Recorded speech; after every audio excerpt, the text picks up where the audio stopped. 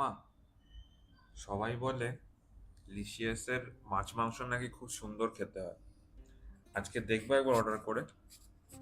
দেখ, এত তো লিসিয়াসের নাম শুনি, একবার নিয়েই আয় লিসিয়াসের মাংস, দেখি রান্না করে বা খেয়ে কেমন লাগে। ঠিক আছে, দাঁড়াও। গুঁড়ো আর সর্ষের তেল দিয়ে 10 থেকে 15 মিনিট ম্যারিনেট করে রেখে দিলেই হয়ে যাবে। তাহলে কি তোর জন্য কড়াইটা বসিয়ে দেবো? দে তাহলে কড়াইটা বসিয়ে দে, রান্নাটা শুরু করে দিই। তাহলে কড়াইটা আমি বসিয়ে দিলাম। কড়াইটা একটু গরম হয়ে আসলে ওর মধ্যে দিয়ে দিতে হবে সর্ষের তেল।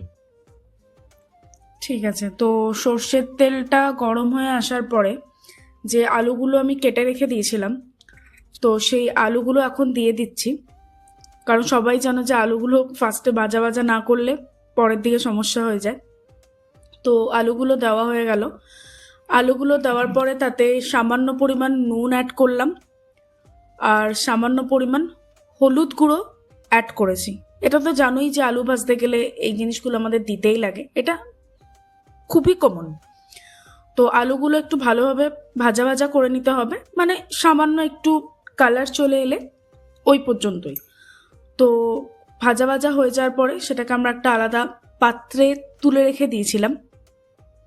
সো দেখতেই পাচ্ছ আলুগুলো আমাদের ভাজা ভাজা হয়ে গেছে।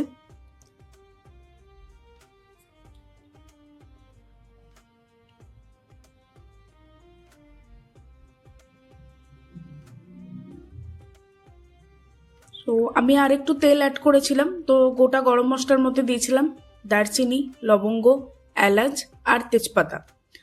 যখন ওর ফ্লেভারটা বেরিয়ে আসবে, তো স্লাইস করে রাখা যে পেঁয়াজগুলো রয়েছে সেই পেঁয়াজগুলো দিয়ে সেটাও একটু ভালোভাবে ভাজা ভাজা করে নিতে হবে। ভাজা ভাজা মানে ওটা নয় যে একদম বেরেস্তা টাইপ, যেটা যে গোল্ডেন ব্রাউন যেরকম হয়, তাতে আমি সামান্য একটু নুনও অ্যাড করেছিলাম, সেটা তোমরা দেখতেই পাচ্ছ। সেটা দিয়ে আর একটু হলুদও অ্যাড করা হয়েছে যাতে কালারটাও একটু ভালো আসে। সেটা একটুখানি ভালোভাবে ভাজা ভাজা করে নিতে হবে।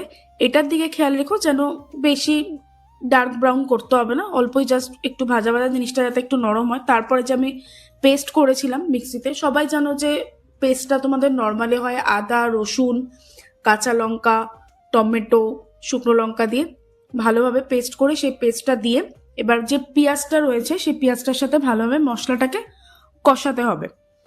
এবার যতক্ষণ না পর্যন্ত ওর থেকে তেল না ছেড়ে আসে, তো ততক্ষণ পর্যন্ত আমরা মশলাটাকে কষাচ্ছি, সেটা তোমরা দেখতেই পাচ্ছ।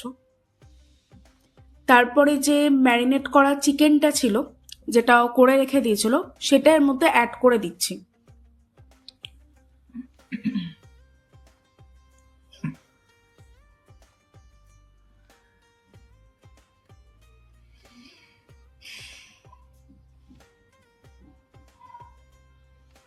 তো এবার ম্যারিনেট করা চিকেনটা অ্যাড করে দেওয়ার পরে যে মশলার পেস্টটা আছে সেটার সাথে ভালো করে কষিয়ে নিচ্ছি আমি, যতক্ষণ না পর্যন্ত সেখান থেকেও তেলটা না ছেড়ে আসে আর কালারটা একটু রেডিশ টাইপের হয়।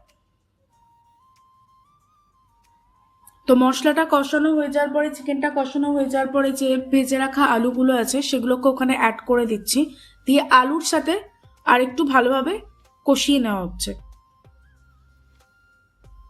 যাতে আলুটার মধ্যেও মশলাটা ভালোভাবে ঢুকে যায়। তো সবকিছু কষানো হয়ে যাওয়ার পরে পরিমাণ মতো জল দিয়ে দিচ্ছি।